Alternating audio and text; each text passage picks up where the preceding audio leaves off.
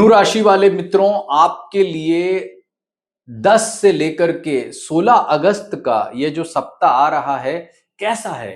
किस प्रकार के आपको रिजल्ट मिलेंगे? मैं आपको बता दूं कि परिवर्तन की पर ये एक बयार हवा बह चुकी है और जीवन में आने वाले समय में बहुत कुछ आपको नया देखने को मिलने वाला है। इस सप्ताह गुरु उदय हो रहे हैं और वो आपके अष्टम भाव में हैं, इसलिए मैं कहूंगा कि इतने अच्छे नहीं हैं। वहीं बुध अस्त हो रहे हैं, उससे आपके जीवन में कोई विशेष इम्पैक्ट या प्रभाव नहीं आने वाला है। लेकिन यह सप्ताह आपके लिए किन दिनों में सबसे ज्यादा टेंशन दिक्कत वाला रहेगा, तो किन दिनों में आपको अच्छे रिजल्ट मिलेंगे, इसकी चर्चा यहां पर जरूर आपसे करता हूं। देखो, आप अगर साप्ताहिक राशिफल देख रहे हो तो उसका परम उद्देश्य यह होता है कि आप ये जान लो कि इस सप्ताह में कौन से दिन हैं जो आपको सबसे अच्छा परिणाम दे रहे हैं और कौन से दिन हैं जिसमें आपको सबसे ज्यादा संघर्ष, दिक्कत या परेशानी रह सकती है। यही साप्ताहिक राशिफल का सबसे बड़ा मोटिव होता है। तो आपको ये जान लेना चाहिए, इसके अतिरिक्त जो जो परिवर्तन हो रहा है वो आपके लिए कैसा रहेगा, उसकी भी चर्चा करते हैं। तो आइए, सबसे पहले मैं आपको बता दूं कि आपके लिए 11 अगस्त को सुबह 4:43 4:43 AM से लेके और 13 अगस्त को सुबह 6:07 तक आपका समय बेटर, अच्छा नहीं कहा जा सकता। यानी आपके लिए 11 अगस्त और 12 अगस्त ये 2 दिन अनुकूल नहीं है। इन 2 दिनों में आपको बहुत ज्यादा सतर्कता, सावधानी रखने की जरूरत रहेगी। मतलब ये 2 दिन टेंशन देने वाले हैं, बाकी दिन आपके लिए अच्छे कह सकते हैं। इस सप्ताह गुरु का उदय होना आपके लिए अच्छा नहीं है, तो बुध का अस्त होना भी आपके लिए नॉर्मल रहेगा। तो सबसे पहले बता दूं कि आपका जो विल पावर, कॉन्फिडेंस, हेल्थ, इस मामले में ये सप्ताह थोड़ा दिक्कत वाला रहेगा। गुरु उदय हो चुके हैं, आपके अष्टम भाव में वो ट्रांजिट कर रहे हैं, इसलिए समय बेटर रहे इसके लिए आपको ओम ब्रीम बृहस्पतये नमः मंत्र का जप लगातार करते रहना चाहिए, क्योंकि अष्टम भाव में गुरु का ट्रांजिट कभी भी अच्छा नहीं माना जाता है। ये ध्यान रखने वाली बात है। तो गुरु को पॉजिटिव करने के लिए आपको क्या करना है? गुरु का उपाय निरंतर करें और यहां से 31 अक्टूबर 2026 तक गुरु आपको इतने बेटर परिणाम नहीं दे रहा है मेरे दोस्त, ये ध्यान रखना। आगे बात करते हैं, गुरु पुष्य नक्षत्र में है, तो ऐसी स्थिति में वो ज्यादा दिक्कत पूर्वा साढ़ा नक्षत्र वालों को देंगे। तो इन नक्षत्र वालों को हेल्थ के मामले में ज्यादा कॉन्शियस रहना चाहिए, ये ध्यान रहे। नेक्स्ट बात करते हैं आपके धन की, पैसे की। तो भाई शनि रेट्रोग्रेड हैं, तो कुछ तो मामला ठीक है। शनि रेवती में तो मैं कहूंगा कि मूल पूर्वा साढ़ा नक्षत्र वालों के लिए आर्थिक स्थिति ठीक है।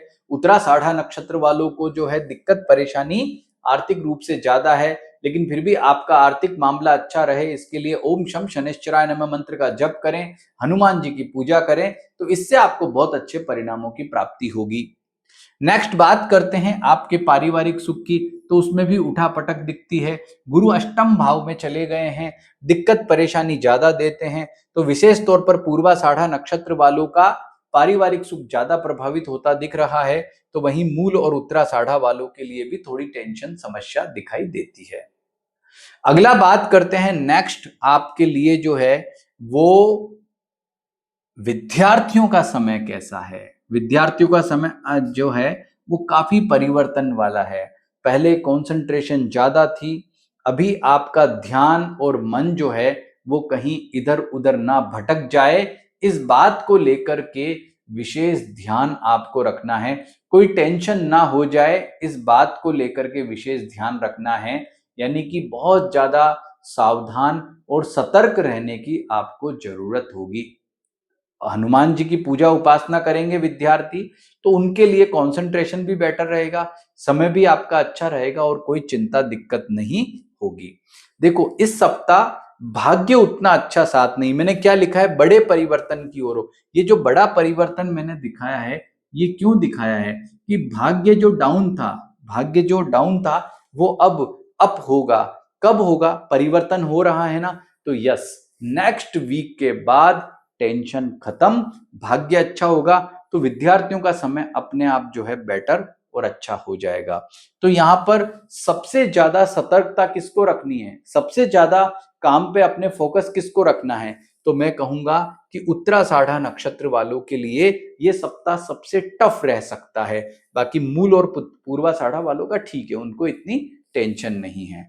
आगे बात करते हैं व्यापारियों को, तो भाई थोड़ा सतर्क रहो। सतर्कता किस रूप में रखनी है कि बुध जो है 15 तारीख को अस्त होंगे, तो उनका अस्त होने से और समस्या बढ़ेगा, घटेगा नहीं बढ़ेगा।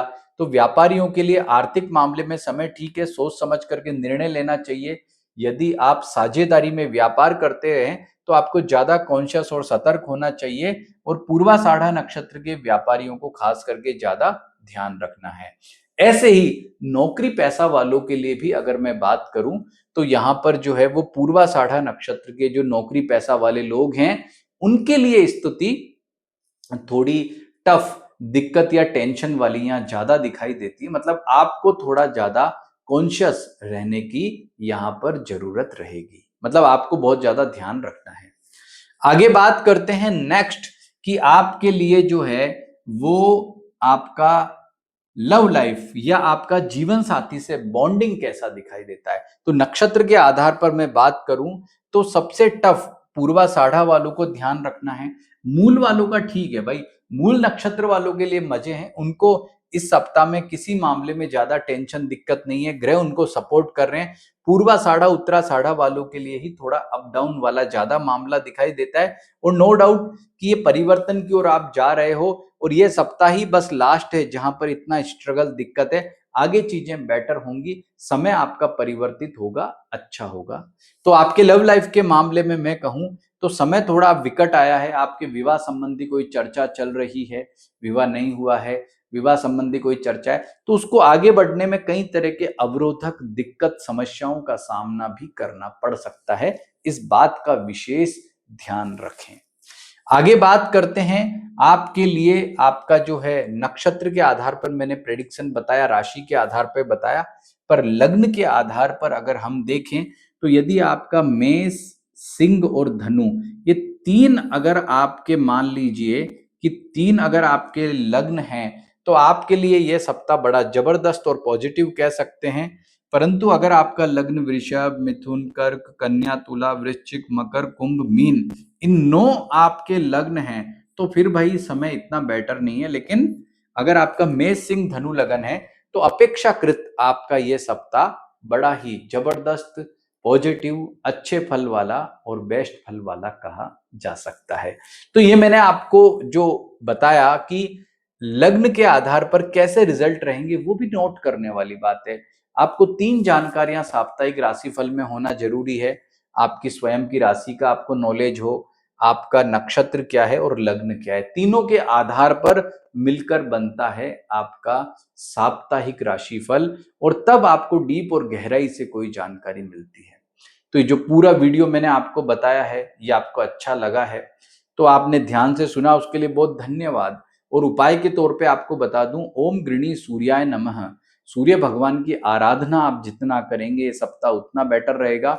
और अब ओम ब्रीम बृहस्पति नमः मंत्र का जब भी आपको कंटिन्यू करना होगा, ये सबसे बड़े उपाय इस सप्ताह के लिए कहे जा सकते हैं। हनुमान जी की पूजा करते रहिए।